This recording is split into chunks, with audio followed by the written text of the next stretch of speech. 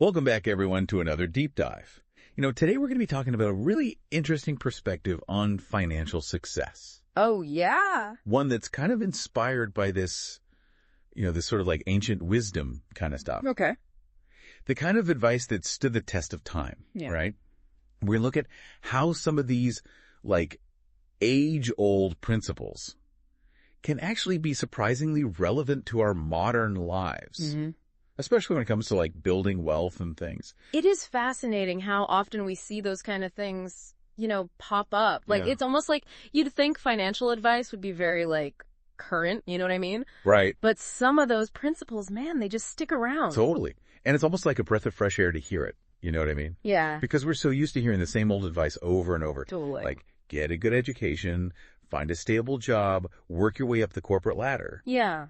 But this source we're looking at today is like, whoa, hold on a second. Oh. It's saying that real lasting wealth comes from something much deeper. Yeah. It all begins with wisdom and understanding. And that really ties in with, what we see a lot these days with the entrepreneurial spirit. Mm-hmm. That emphasis on taking control of your own financial future, being proactive, not just limiting yourself to one stream of income. Yeah. Yeah. And it's almost like a roadmap to design your life in a way that your finances work for you, not the other way around. All right. So let's unpack this. Okay. So where do we even begin with wisdom when it comes to money? Right. It sounds kind of, I don't know. Abstract. Abstract, yeah. Yeah, well, this source tackles that head on. Okay. And it starts by actually debunking some common myths about money. Okay. Things that kind of hold us back. Huh. For example, money is evil. Oh, yeah. That whole thing, wealth corrupts, rich people are greedy, all that. We've all heard that. Oh, yeah. So how does this source, counter that? Well, it references a passage that basically says, whoever loves money never has enough. Okay. The point being, it's not money itself that's bad. It's being obsessed with it. Right. It's the unhealthy attachment that can really lead to problems. Oh, okay. So it's like saying money as a resource is fine. Yeah. But money as an idol. Right. That's where things get messy. Yeah. It's all about perspective, right? Totally. Money is a tool, and like any tool, it can be used for good or for bad. For sure. Depends on the person using it. Right. Their intentions. Exactly. It's not about demonizing money. Right.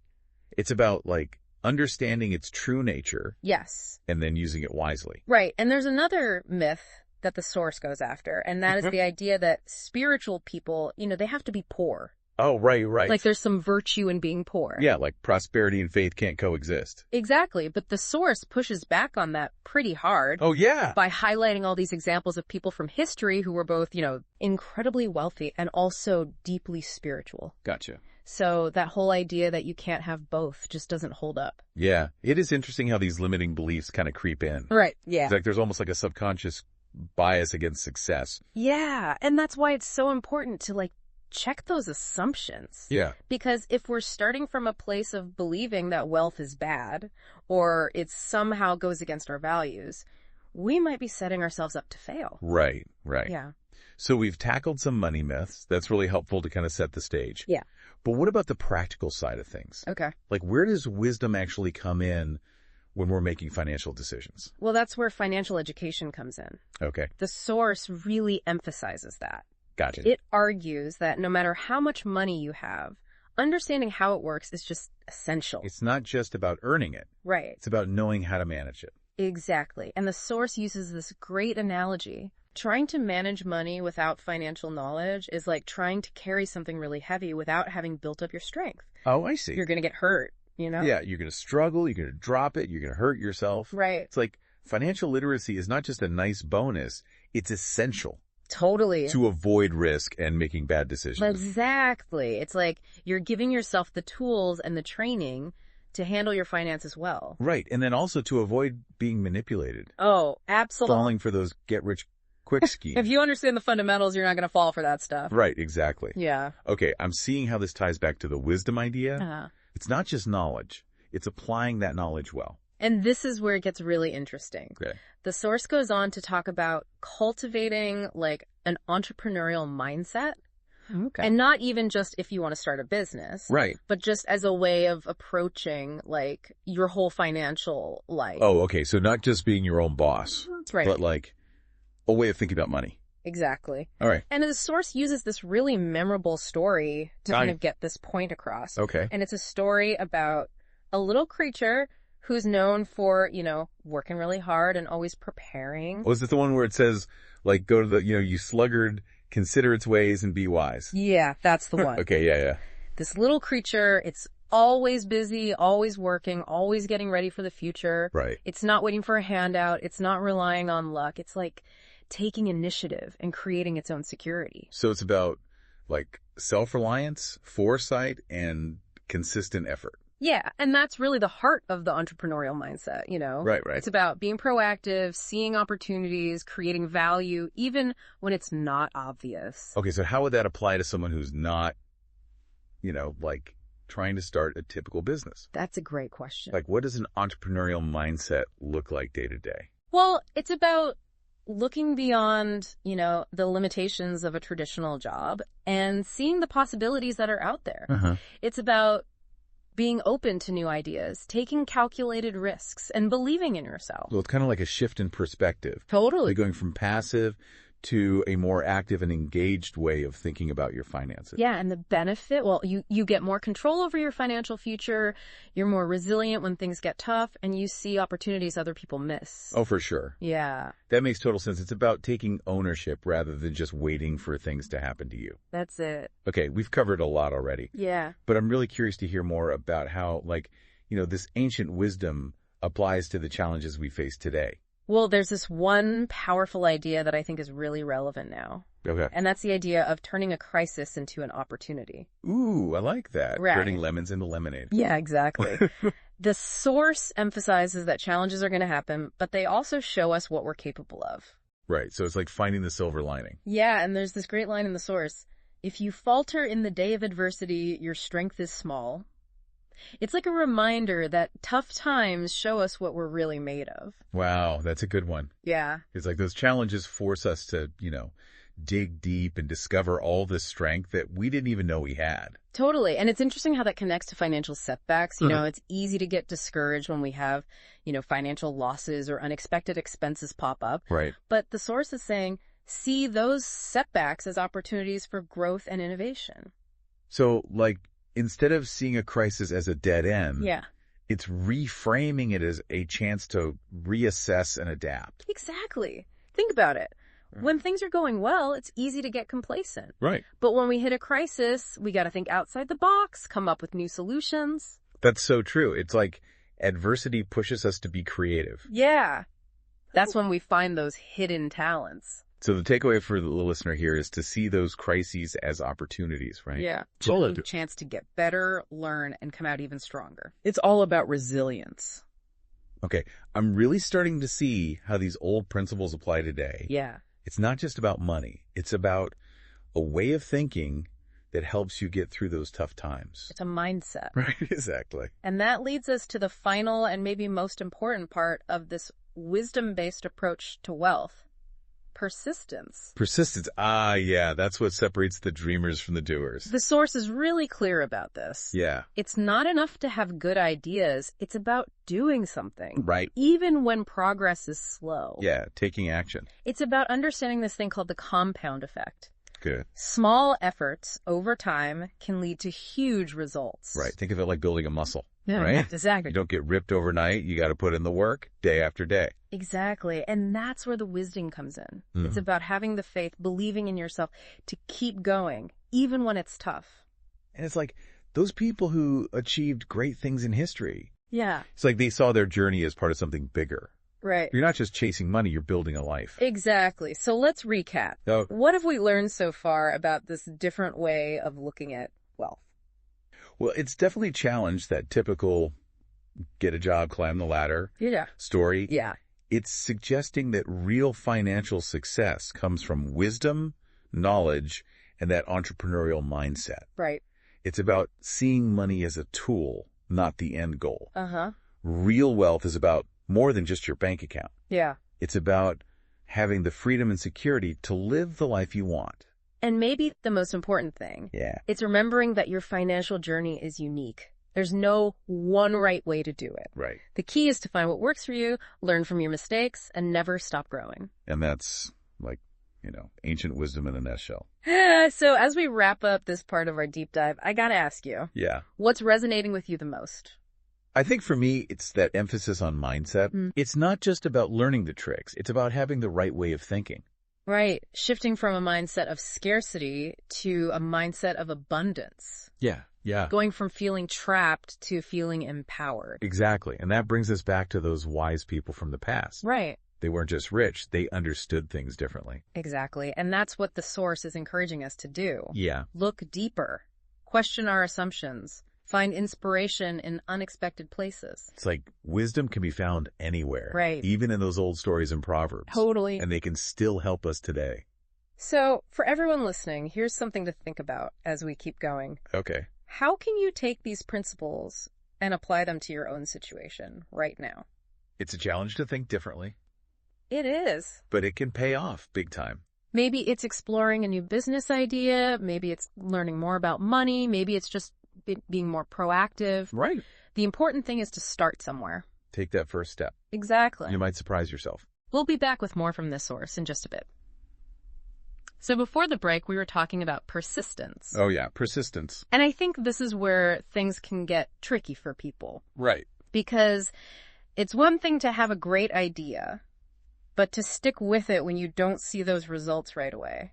It's tough. Yeah, we live in a world that's all about instant gratification. For sure. But real success, that takes time. Yeah. Dedication, discipline, you got to keep going even when you want to quit. And this is where the source really digs deep. It goes beyond just saying be persistent. Right. It connects it to your purpose, like something bigger than yourself. It's like tapping into this inner strength, Yeah. knowing you're not just working for a goal, but you're aligned with something meaningful. That makes sense. It's like when you have that strong purpose, it fuels you, Totally. You get through those obstacles because you know it matters. And the source uses this imagery. Oh, yeah. It talks about a small stream Okay. flowing consistently over time. Yeah. And eventually it carves its way through rock. Wow. That's a good one. Those small, consistent efforts, they wear down even the toughest resistance. It's like that compound effect. Exactly. All actions over time, big results. But you gotta show up even when it's slow. Consistency is key. And it's interesting how this all ties back to the entrepreneurial mindset. Right. Starting a business. Same thing, dedication and perseverance. All those entrepreneurs who've faced so many rejections. Exactly. It shows the power of persistence combined with vision and being able to adapt. Yeah, because it never goes as planned. Never. There are always those unexpected challenges. So it's not about sticking to a rigid plan. It's about being flexible, learning from your mistakes, and adjusting. Right, that's where wisdom comes in. Knowing when to push and when to change, when to hold on and when to let go. That's tough, because sometimes giving up is the right call, Yeah. but sometimes it's that persistence that pays off. And the source offers insights here. It encourages us to look at our motivations, our beliefs about success and failure, and build that resilience. So it's about internal strength, not just external strategy. Yes, and that's something you can't buy. You build it through experience, facing challenges, and trusting yourself. I'm seeing how this all connects. Yeah. It's like these ancient principles are a framework for life, not just finances. And that's what makes it so compelling. Yeah. It's not just financial tips. It's a journey of self-discovery. It's that desire to find meaning, Absolutely. Aligning your actions with your values, pursuing goals that are bigger than yourself, making a difference. Isn't that what true wealth is?